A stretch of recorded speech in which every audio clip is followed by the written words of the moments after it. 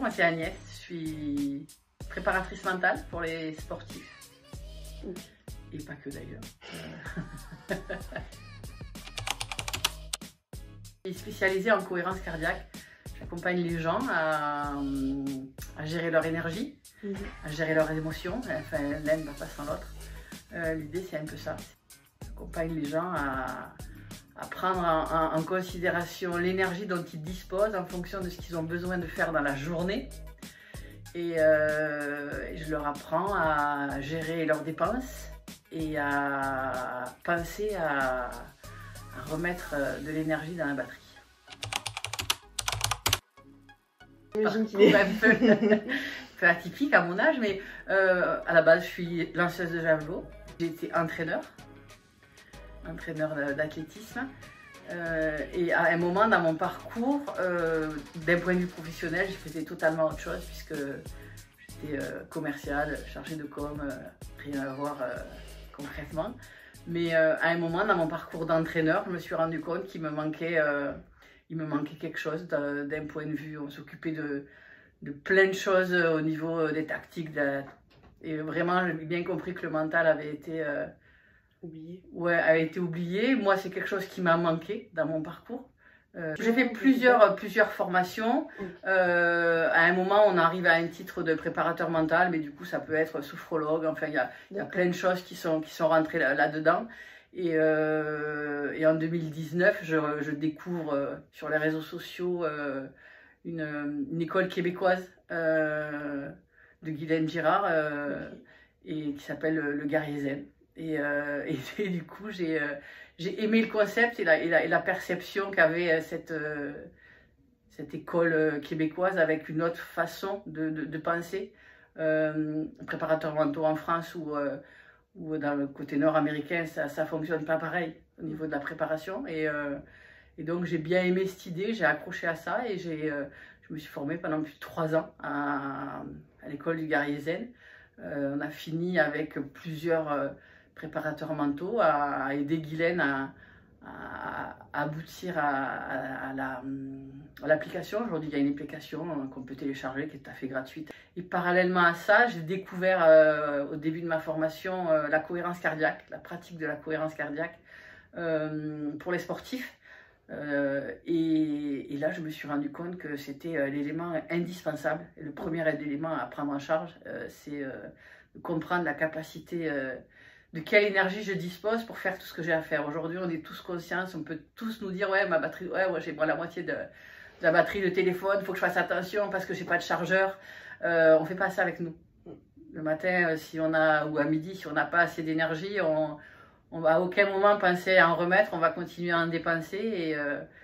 Et pour les sportifs, du coup, quand on arrive à l'entraînement le soir, on n'a pas forcément la capacité de faire un entraînement efficace et performant parce qu'on a eu notre journée et tout ce qui va avec. Donc l'idée, c'est d'apprendre à mieux gérer cette énergie, donc apprendre à se recharger, mais surtout, qu'est-ce qui dépense mon énergie? Est-ce que c'est les autres? Est-ce que c'est des fonctionnements? Donc, comme je dis toujours, on ne peut pas changer les autres. Par contre, on peut percevoir la perception ou la façon de dépenser cette énergie. À un moment, il faut en prendre conscience et c'est ça le plus important. Fille d'un champion, donc c'est pas forcément quelque chose de confortable. Et c'est pas forcément quelque chose de confortable. Donc c'est vrai qu'il m'a manqué de la force mentale pour pouvoir aller plus loin et être autre chose que la fille de mon père.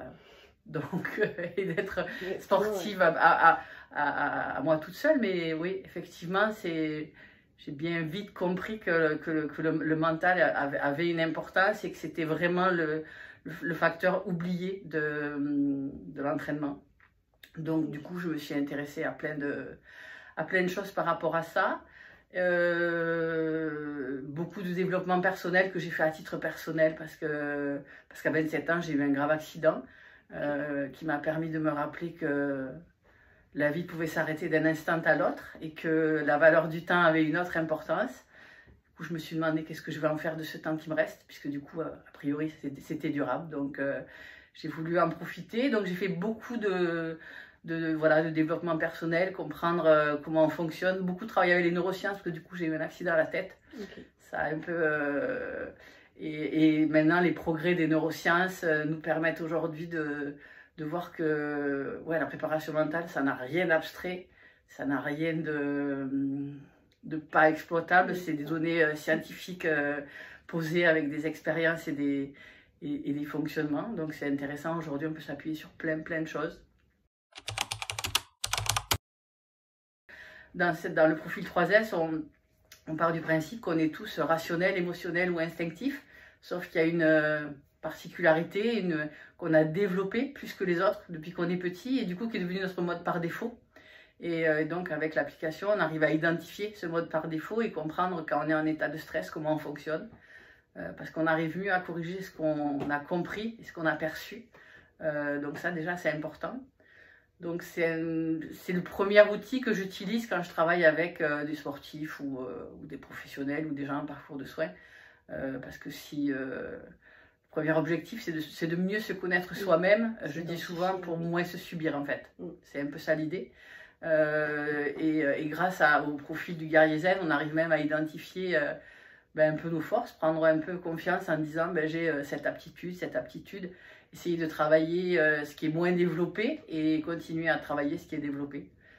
Dans le profil de 3S, là, du guerrier zen, donc j'ai dit on est tous rationnels, émotionnels ou instinctifs, et il y en a un qu'on a développé plus que les autres. Et donc à chaque rentrée scolaire, tous les enfants font le profil d'équipe par classe, par niveau de classe. Et alors ça permet deux choses. Ça permet à l'athlète de savoir quel est son mode par défaut, quel est son état d'esprit, spontané comme on appelle. Et ça permet à l'entraîneur de gagner du temps, toujours pareil, de gagner du temps sur le temps parce qu'il a identifié la personnalité de chacun. Après, le questionnaire, il apporte pour l'entraîneur, pas forcément les entraîneurs depuis le temps qu'ils travaillent, ils arrivent à le percevoir, tout ça. Que lui, il est plus instinctif, l'autre, il est plus rationnel, l'autre, il est plus émotionnel. Ils arrivent à le percevoir dans le temps, mais pour avoir entendu ce que eux ils me disent, effectivement, ça a mis des mots sur des choses qu'ils savaient et qu'ils comprenaient. Donc nous, ils sont l'architecte, chez nous, c'est le rationnel, le conquérant, c'est l'instinctif, et l'émotionnel, c'est le héros. Alors, c'est pas forcément un mot qui, nous, en France, nous convient, mais au Canada, d'où vient la méthode, le héros, c'est pas celui qui sauve tout le monde, c'est pas ça. C'est celui qui fait toutes les choses par altruisme et par bienveillance, voilà. Donc, c'est pour ça que, des fois, ici en France, il me dit « Oh, c'est pas le mot que j'aurais choisi, je comprends pas, je pense que le héros, c'est le super-héros, donc il suffit de leur expliquer. » Mais du coup, les petits sixièmes, l'année dernière, me dit en fait, pour les enfants, c'est intéressant de se rendre compte, parce qu'il y a un petit sixième qui me fait une réflexion en me disant « Mais en fait, c'est pas qu'il m'aime pas, c'est qu'il pense pas comme moi. » Et cette phrase, elle a pris toute sa valeur quand il m'a dit ça, et lui, ça l'a libéré d'un poids parce qu'il pensait qu'il y en avait dans son équipe qui l'aimait pas, et en fait, il a perçu que c'est pas qu'il aimait pas, c'est qu'il pensait pas comme lui, et oui, ça crée une meilleure cohésion d'équipe parce que du coup, chacun a identifié que l'autre, c'est pas qu'il l'aime pas, c'est qu'il pense pas comme lui. Après, nous, on leur explique et on leur apprend qu'ils sont différents, mais les aptitudes qu'ils ont, elles sont aussi intéressantes et c'est à nous de les cultiver et qu'il doit s'inspirer des autres parce que s'il est plus rationnel, il faut qu'il soit un peu plus instinctif et donc il faut qu'il s'inspire des instinctifs pour pouvoir fonctionner. Et du coup, ça a fait une méthodologie, même au niveau des entraîneurs, ils ont leur façon de comprendre parce qu'ils ont eux aussi leur état d'esprit spontané. Et du coup, à un moment, ils se rendent compte qu'est-ce qu'il faut qu'ils fassent un peu plus pour mieux connecter à leur équipe.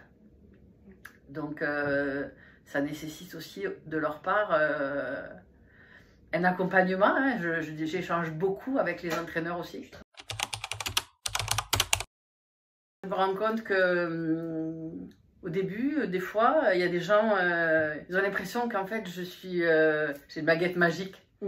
Aller voir un préparateur mental, c'est avoir la solution pour arriver à plein d'objectifs, ce qui n'est pas le cas en fait. Hein. Un préparateur mental, c'est juste une caisse à outils. Hein. Donc une boîte à outils, présente plein d'outils et dispose aujourd'hui de plein d'outils pour amener les gens vers leur objectif, mais tout le monde n'utilise pas les mêmes outils. Après, pas forcément aussi le bon outil. Hein.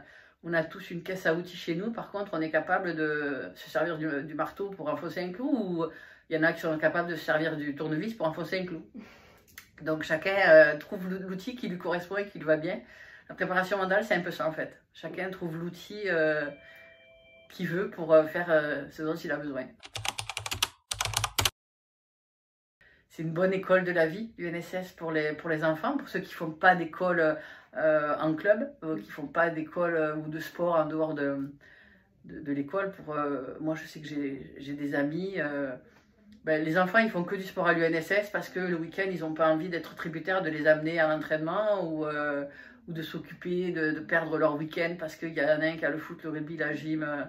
Et donc, malgré tout, l'UNSS, comme c'est dans le cadre de l'école, c'est bien parce je pense qu'il y a plein de jeunes qui font du sport grâce à l'UNSS parce que les parents ne prennent pas la charge de gérer ça. Donc, heureusement qu'il y a l'UNSS. En 2019, après le premier confinement, mon fils était en sport-études au lycée d'Oda avec Stéphane Audard.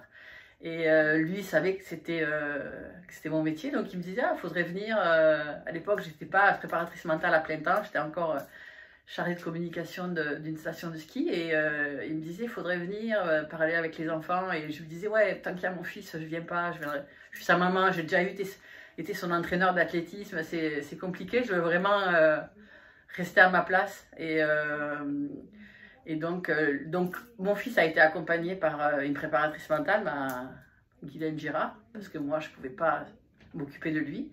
Et donc, Stéphane a vu les avantages que ça a eu sur mon fils, ou la façon qu'il a eu de pouvoir progresser, avancer, s'épanouir. Et donc, je lui ai dit, tant qu'il y a mon fils à la section, je ne viendrai pas. Et du coup, comme j'habite à Saint-Giron, la section la plus proche, c'était Salis-du-Salat avec la section de foot. Et il m'a dit, oui, mais peut-être vous pourriez aller voir Monsieur Poisson. Donc j'ai contacté Lionel Poisson. On s'est rencontrés à la fin du premier confinement d'ailleurs.